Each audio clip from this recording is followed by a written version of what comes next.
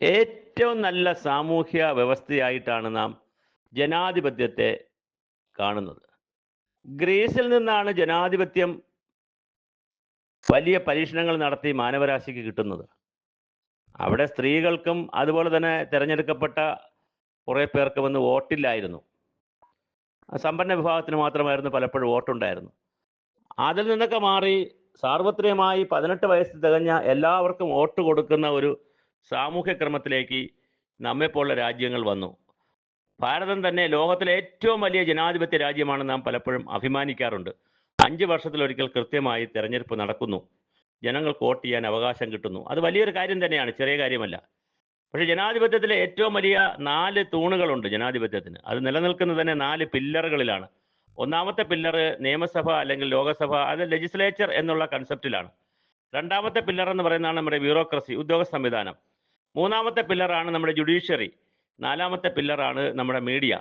ഒന്നാമത്തെ പില്ലർ എന്ന് പറയുന്ന ലെജിസ്ലേറ്റീവ് അല്ലെങ്കിൽ അസംബ്ലികൾ അല്ലെങ്കിൽ ലോകസഭ, നിയമസഭ, രാജ്യസഭ ഇത്തരം സ്ഥലങ്ങളിലാണ് നയപരമായ കാര്യങ്ങളെല്ലാം തീരുമാനിക്കേണ്ടത്. അവിടെ തീരുമാനിക്കുന്ന നയപരമായ കാര്യങ്ങളും ചട്ടങ്ങളും ബില്ലുകളും എല്ലാം പാസ്സായാൽ അത്തരം കാര്യങ്ങൾ ഇംപ്ലിമെന്റ് ചെയ്യുക എന്നുള്ളതാണ് ഉദ്യോഗസ്ഥന്മാരുടെ ജോലി.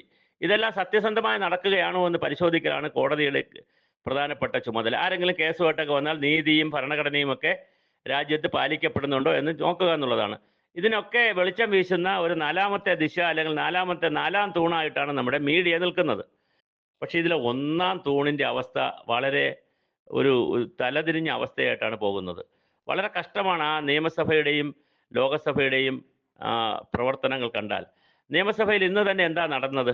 തീർച്ചയായിട്ടും അടിയന്തര പ്രമേയം ചർച്ചയ്ക്ക് എടുക്കുന്നില്ല, അത് ചർച്ച ചെയ്യുന്നില്ല. ചർച്ചയ്ക്കെടുക്കാമെന്ന് ഭരണപക്ഷം അനുവദിച്ചാലും പ്രതിപക്ഷം പിന്നെയും ബഹളമുണ്ടാക്കുന്നു. പ്രതിപക്ഷം ചർച്ചയ്ക്കെടുക്കുന്നതുമായി ബന്ധപ്പെടുത്തി ഇത് കൊണ്ടുവരുമ്പോൾ അത് പലതും കൊണ്ടുവരാൻ പറ്റില്ല എന്ന് സ്പീക്കർ പറയുന്നു, ഭരണപക്ഷം പറയുന്നു. പ്രതിപക്ഷ നേതാവ് സംസാരിക്കുമ്പോൾ ഡെസ്കിലിടിച്ചും കൂകി വിളിച്ചും പ്രതിപക്ഷ നേതാവ് പറയുന്നത് എന്ത് എന്ന് അദ്ദേഹത്തിൻ്റെ ശബ്ദം സഭയിലുള്ളവർ ശ്രദ്ധിക്കാതിരിക്കുന്നു.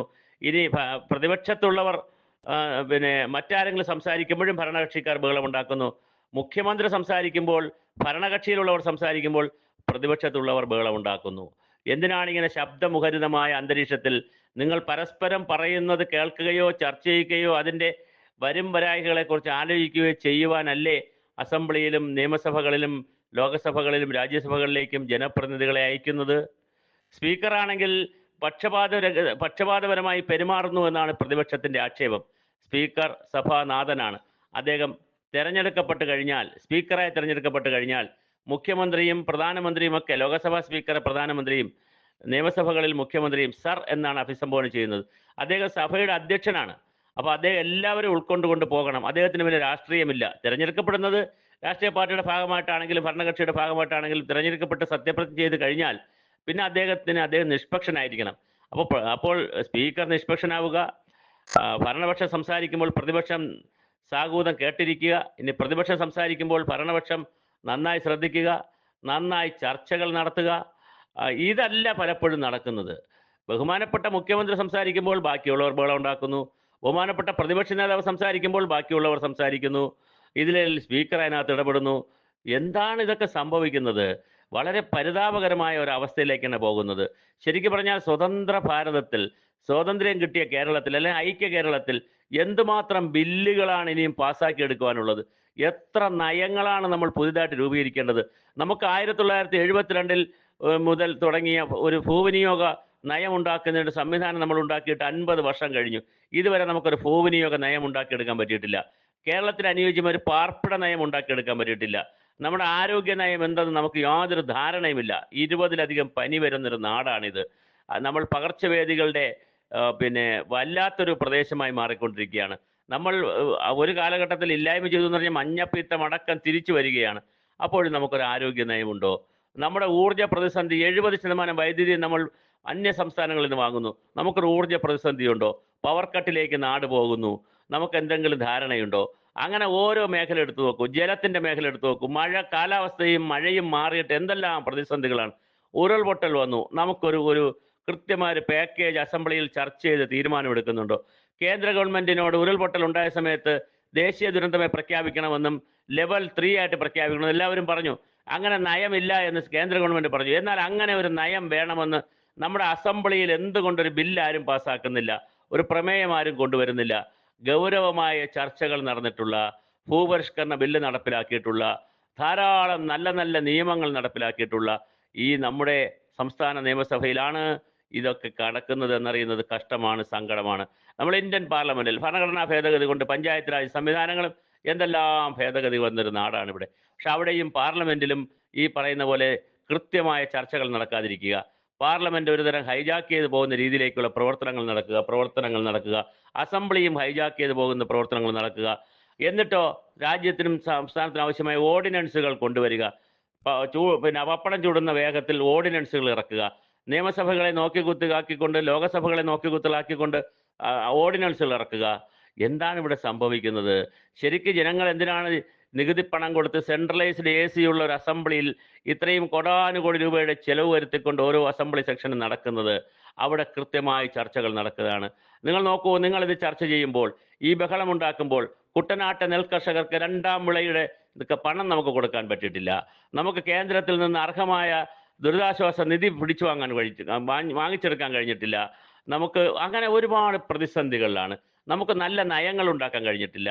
ബ്രിട്ടീഷുകാരുടെ കാലത്ത് ഉണ്ടാക്കിയിട്ടുള്ള ഒരുപാട് ചട്ടങ്ങൾ മാറ്റേണ്ടതുണ്ട്, അത് നമുക്ക് മാറ്റാൻ കഴിഞ്ഞിട്ടില്ല.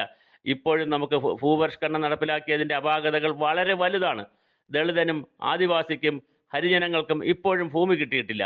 അത് നമുക്ക് ചർച്ച ചെയ്യാൻ നമുക്ക് സമയമില്ല. നമുക്ക് വിലക്കയറ്റവുമായി ബന്ധപ്പെട്ട കാര്യങ്ങൾ ചർച്ച ചെയ്യപ്പെടുന്നില്ല.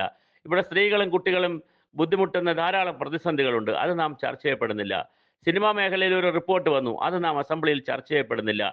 അങ്ങനെ നമുക്ക് നമ്മുടെ നാടിനെ ബാധിക്കുന്ന, സ്ത്രീകളെ ബാധിക്കുന്ന, കുട്ടികളെ ബാധിക്കുന്ന, സമൂഹത്തെ ബാധിക്കുന്ന ഈ കാര്യങ്ങൾ ചർച്ച ചെയ്യേണ്ടുന്ന വേദിയിൽ അത് ചർച്ച ചെയ്യുന്നതിന് പകരം പിന്നെ സ്പീക്കറുടെ ചെയർ പിടിക്കുക, അതെല്ലാ കക്ഷികളിലും ഓരോ കാലഘട്ടത്തിലും നടക്കുന്നുണ്ട്.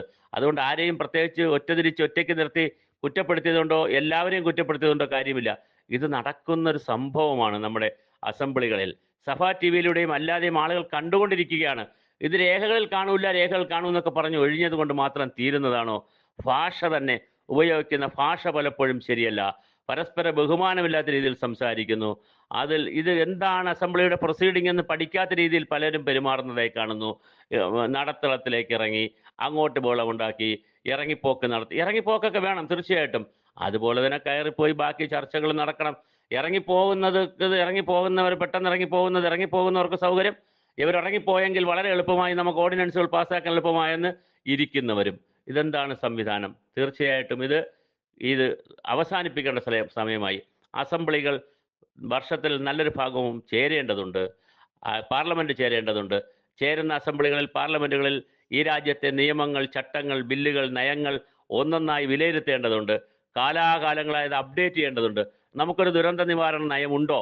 2016 ഒരു കരട് രൂപരേഖ ഉണ്ടാക്കിയിട്ടുണ്ട്. പക്ഷെ നമുക്ക് വളരെ കൃത്യമായൊരു രൂപരേഖ ദുരന്ത നിവാരണ നയത്തിനുണ്ടോ? ആ സംവിധാനങ്ങൾ നമുക്കുണ്ടോ? വളരെ വളരെ വളരെ സങ്കടകരമായ ഒരു പ്രതിസന്ധിയിലൂടെയാണ് നമ്മുടെ നിയമസഭകൾ പോകുന്നത്. ഇതെന്ത് ജനാധിപത്യ സന്ദേശമാണ് നമ്മുടെ പുതിയ തലമുറയ്ക്ക് നമ്മുടെ നിയമസഭയും നമ്മുടെ ലോകസഭയും ഒക്കെ കൊടുക്കുന്നത്? നിയമസഭാ കോംപ്ലക്സിലൊക്കെ വലിയ മേളകൾ നടക്കും, പുസ്തക മേളകൾ നടക്കും, സാഹിത്യോത്സവം നടക്കും. ആ സാഹിത്യോത്സവത്തിലും പുസ്തകമേളകളിലും ഭരണ പ്രതിപക്ഷ ഭേദമന്യേ സ്പീക്കർ എല്ലാവരെയും വിളിക്കും. അവർ വന്നിരുന്ന് സർഗാത്മക ജനാധിപത്യത്തിൻ്റെ അന്തർധാരകളെക്കുറിച്ചും പിന്നെ ഏറ്റവും മനോഹരമായ ജനാധിപത്യ ഭൂമികയെക്കുറിച്ചുമൊക്കെ വാതോരാതെ സംസാരിക്കും. അത് കഴിഞ്ഞ് ചേരുന്ന അടുത്ത അസംബ്ലിയിൽ തന്നെ തമ്മിലടിച്ച് പിരിയും. എന്താണ് ഇവിടെ സംഭവിക്കുന്നത്? നമ്മുടെ രാജ്യത്തെ കർഷകരുടെ പ്രശ്നങ്ങൾ ആര് ചർച്ച ചെയ്യും? നമ്മുടെ നാട്ടിലെ ആദിവാസികളുടെ പ്രശ്നങ്ങൾ ആരെടുക്കും? വന്യമൃഗങ്ങളും മനുഷ്യരും തമ്മിലുള്ള മനുഷ്യ ബന്ധത്തിൽ ഉണ്ടാകുന്ന പ്രതിസന്ധികൾ ആരാണ് ചർച്ച ചെയ്യപ്പെടുക? തീർച്ചയായും ഒരുപാട് കാര്യങ്ങൾ ഇവിടെ ചർച്ച ചെയ്യപ്പെടുവാനുണ്ട്. അത് ചർച്ച ചെയ്യുന്ന വേദികളായി അസംബ്ലികൾ മാറണം, നിയമസഭകൾ മാറണം, ലോകസഭകൾ മാറണം.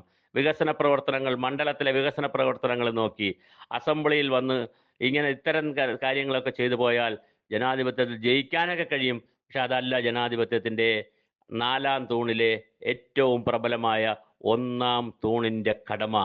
ആ 1ാം തൂണ് വളഞ്ഞു പോയാൽ, മോന്തായം വളഞ്ഞു പോയാൽ കെട്ടിടം കാണാൻ ഒരു സൗന്ദര്യവും ഉണ്ടാകില്ല.